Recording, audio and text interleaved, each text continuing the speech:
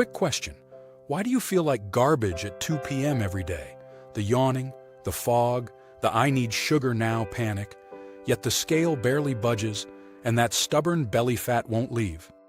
If that's you, this video is for the frustrated, exhausted, and fed up. Stick with me for 4 minutes and I'll reframe everything you thought you knew about calories, willpower, and losing belly fat. You're doing the right things. Salads, less bread, maybe a morning jog, but mid-afternoon hits and your energy collapses. You raid the vending machine, inhale something sweet, and for 20 minutes you feel normal again. Then the guilt, then the promise, no more sugar. And at night, you're binging on cookies because your brain is screaming for more sugar. This cycle isn't you failing, it's biology talking loudly. Here's the headline: it's not just calories or lack of willpower. The real villain is a hormone called insulin, your body's master fat storage switch. When insulin gets stuck on too often, your body says, store more fat, especially around the belly. That's the stubborn layer you can't seem to lose. Imagine your blood sugar as a roller coaster. You climb a steep peak after a sugary latte or a carb-heavy lunch. You feel alert, maybe a little wired. Then gravity hits, the crash. That low blood sugar triggers urgent cravings, usually for fast sugar, and the cycle repeats. Over time, those repeated spikes and crashes damage how your body handles glucose. Those repeated glucose spikes do two nasty things. They train your brain to obsess about sweets, and they keep insulin high, which tells your body to lock calories into storage as belly fat. So you're hungry and tired, and your body is actively putting fat right where you hate it most. I get it. You want a simple answer. As a functional nutritionist and biohacker, I've sat across from hundreds of people who've been told eat less, move more, and left feeling broken. The truth is less dramatic. Fix the glucose spikes and you'll calm cravings, smooth energy, and finally allow your body to burn stubborn belly fat. That's what we're teaching in this series. And here's the best part. You don't need to go keto, starve yourself, or give up dinner. You can keep the foods you love, but change the order you eat them. That simple change dramatically cuts the spike. In fact, and I'll show the studies later, changing meal order can reduce your glucose spike by a large amount. Tonight, try one small experiment I'll give you in a minute. The micro hack. At lunch today, start with a big bowl of salad or steamed veggies and a palm-sized portion of protein. Wait 5 minutes. Then eat your carbs. If you're at work and only have a sandwich, eat the lettuce, tomato, or pickles first, then the meat, cheese, then the bread. Try it today and notice how you feel at 2 p.m.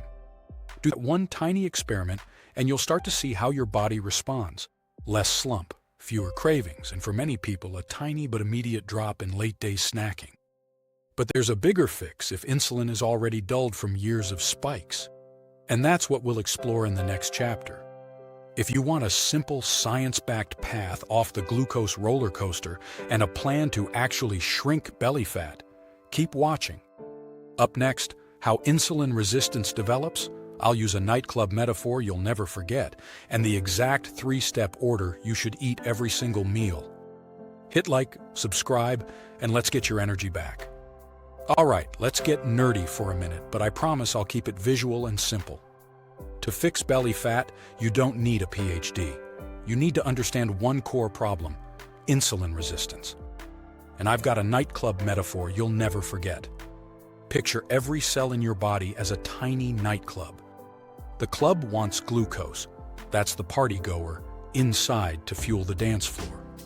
Insulin is the bouncer with the clipboard and the velvet rope. He checks tickets and lets glucose in through the door. When everything's working, glucose walks in, the party's lit, and you get energy. Now imagine you flood the club with too many partygoers. Naked carbs, soda, white bread, pastries, again and again. The bouncer gets overwhelmed. After too many rushes, he stops responding to the same signals. He's there, but he doesn't open the door as often. That's insulin resistance. Insulin is present, but the cells don't respond to it like they used to. At the molecular level, cells reduce the number of doors. Those are GLUT4 transporters, or the doors stop opening properly. So glucose accumulates in the bloodstream. the pancreas keeps sending insulin, the body's shouting louder, and eventually that chronic high insulin becomes the new normal. Two big problems follow. 1. Sugar hanging out in the blood damages delicate vessels and tissues, which is why long-term high blood sugar raises risk for heart disease and other problems. 2. The body still needs to get the excess sugar somewhere, so it reroutes it to the liver.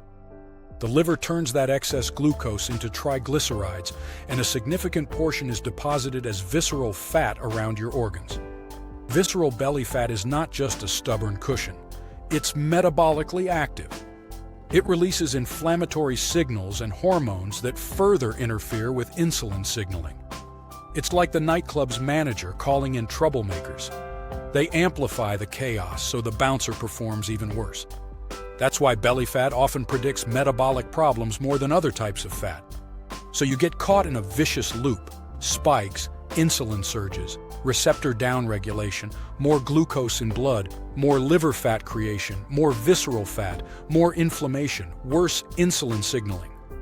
And on top of that, those glucose crashes make your brain crave quick sugar, so you repeat the behavior that started the loop. How do you know if this is happening to you? Classic signs: a 2 p.m. crash, persistent belly fat despite eating healthy, strong late-night sugar cravings, and energy that's up and down during the day. Not diagnostic, but these are the red flags that tell us to move from guesswork to strategy.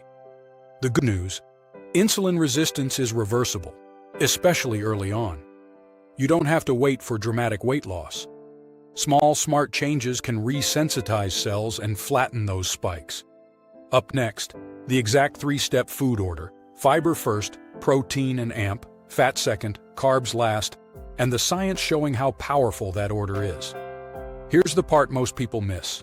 You don't have to ban carbs. You simply have to change the order you eat them. Eating fiber and protein before carbs flips a biological switch and quiets the glucose roller coaster. That tiny change is the glucose hack. This is not woo, it's science. In a controlled study, when people ate vegetables and protein before the carbs, their total post-meal glucose exposure, the IAUC, dropped by about 73% compared with the exact same foods eaten in the reverse order. That's not a rounding error, that's powerful. Mechanically, the sequence slows how fast carbs hit your bloodstream. Start with fiber. It forms a physical and chemical barrier in the gut that slows digestion and glucose absorption. Then protein and fat further slow gastric emptying and trigger hormones that tell your body we're fed, reducing the insulin surge when carbs finally arrive. Multiple clinical trials and reviews support this mechanism. Step 1. Fiber first. Start every meal with non-starchy vegetables or a high-fiber salad, raw or cooked, or a fiber-rich starter, miso soup with seaweed, steamed greens. That fiber acts like intestinal armor. It slows the rate that carbohydrates are broken down and absorbed, flattening the spike. Examples: breakfast: have an omelet with spinach and roasted peppers before the toast. Lunch: a big green salad or raw veg plate before you touch the rice or sandwich. Snack: an apple is fine, but pair it with almonds or cheese and eat the apple last after those savory bites. Step 2. Protein and fat second. After your veggies, eat your protein: chicken, fish, tofu, eggs, and healthy fats: olive oil, avocado, nuts. Protein and fat increase satiety and release gut hormones like GLP-1 that blunt the blood sugar rise and help your brain feel satisfied longer. This is one reason the carbs hit softer when they come last. Step 3. Carbs last. Now you can eat your rice, pasta, bread, potatoes, or fruit after the fiber plus protein. Because the gut is primed and slowed, those carbohydrates release glucose into the bloodstream more gradually, reducing the sharp spike that causes the crash and cravings. Important practical note: you don't need to wait 30 minutes between courses. Most real-world studies tested short intervals or simply ate components in sequence, and the effect holds. Even eating your salad and protein first, then finishing with your carbs in the same sitting is effective. No long timers required. What will you notice? Less of that wired high and crash feeling after meals, fewer intense late-day sugar cravings, and over weeks, assuming consistent practice, improved overall daily glucose stability. For people with prediabetes and type 2 diabetes, studies show consistent reductions in post-meal glucose and even modest HbA1c improvements. Let me bust the myth. Fiber first doesn't mean tiny portions, fasting, or keto. You can eat normally, even include starchy carbs you love. But sequencing turns those carbs from an immediate problem into a much gentler fuel source. If your cells are already insulin resistant from years of spikes, food order alone helps a lot. But you might need a repair plan to resensitize cells. Next, we'll cover targeted nutrients and the missing link, how to rebuild insulin sensitivity and crush cravings for good. Now here's the real question. What if you've been riding the glucose roller coaster for 5, 10, maybe 20 years? What if your cells are already resistant? Is food sequencing enough? Food order is powerful. Walking after meals is powerful. But if your insulin receptors have been dulled for years, you may need to actively resensitize your cells. Think of it as rehabilitating the bouncer at the nightclub. We don't fire him, we retrain him. At the cellular level, improving insulin sensitivity means restoring proper signaling, improving receptor responsiveness, reducing inflammation, supporting mitochondrial function, and helping muscles absorb glucose efficiently. This isn't magic. It's metabolic repair. Certain natural compounds have been studied for supporting insulin sensitivity. For example, chromium helps improve insulin receptor activity. Gymnema sylvestre has been shown to reduce sugar absorption and may reduce sweet cravings. Maca root supports hormonal balance and energy resilience, which indirectly helps metabolic stability. Here's what most people ignore. Cravings aren't just emotional. They're neurological and hormonal. When blood sugar swings wildly, dopamine pathways in the brain light up in response to quick sugar. Stabilize glucose, and you calm the neurological urgency driving late-night snacking. So here's the missing link. You control the input with food order, but you optimize the response by restoring insulin sensitivity. When both are addressed, energy smooths out, belly fat storage slows, and your body finally shifts from storage mode to burn mode. That's why I've been recommending a simple morning metabolic support formula called Sugar Defender. It combines key plant compounds and minerals designed to support insulin sensitivity and healthy blood sugar levels. Think of it as metabolic training wheels while you implement the food sequencing hack. It's taken as liquid drops under the tongue in the morning, fast absorption, no complicated protocol. The goal isn't to block carbs. It's to support your body's ability to respond properly to insulin throughout the day. Most people report steadier energy, fewer 2 p.m. crashes, and noticeably reduced evening sugar cravings when they combine food sequencing with metabolic support. And when cravings calm down, consistency becomes effortless. Now let me show you 2 more simple daily habits that accelerate this repair and cost you nothing. All right, quick recap before we finish. The problem is repeated glucose spikes that train your body to store belly fat and hijack your cravings. The easy win is food sequencing. Fiber first, protein and amp, fat second, carbs last. You've practiced it once today. Now let's lock in 2 tiny daily habits that accelerate repair. Tip 1. The 10-minute post-meal walk. After you eat, get up and move. A brisk 10-minute walk is perfect. It's not about burning calories, it's about your muscles soaking up glucose.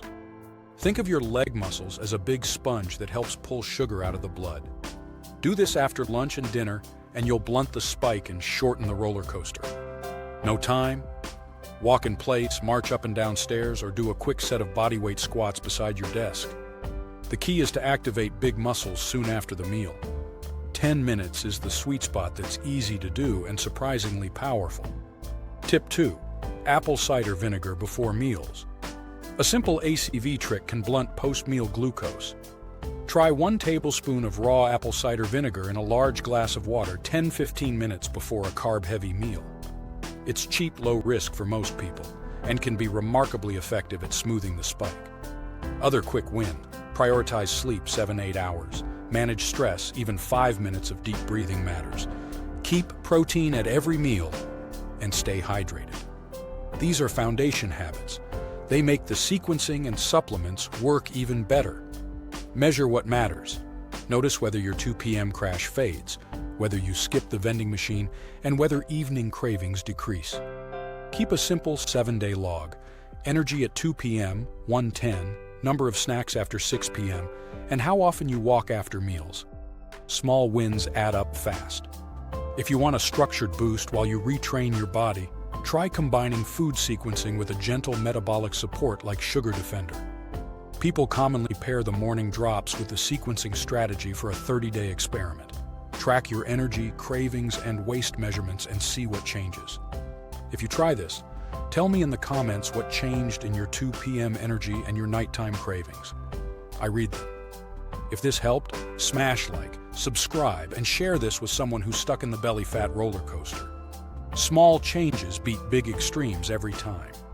Quick legal note, this video is for educational purposes only and is not medical advice. If you have diabetes, are pregnant or nursing, or take blood sugar lowering medications, check with your healthcare provider before changing diet, starting supplements, or trying vinegar. Individual results vary. Always consult a licensed medical professional for personalized care.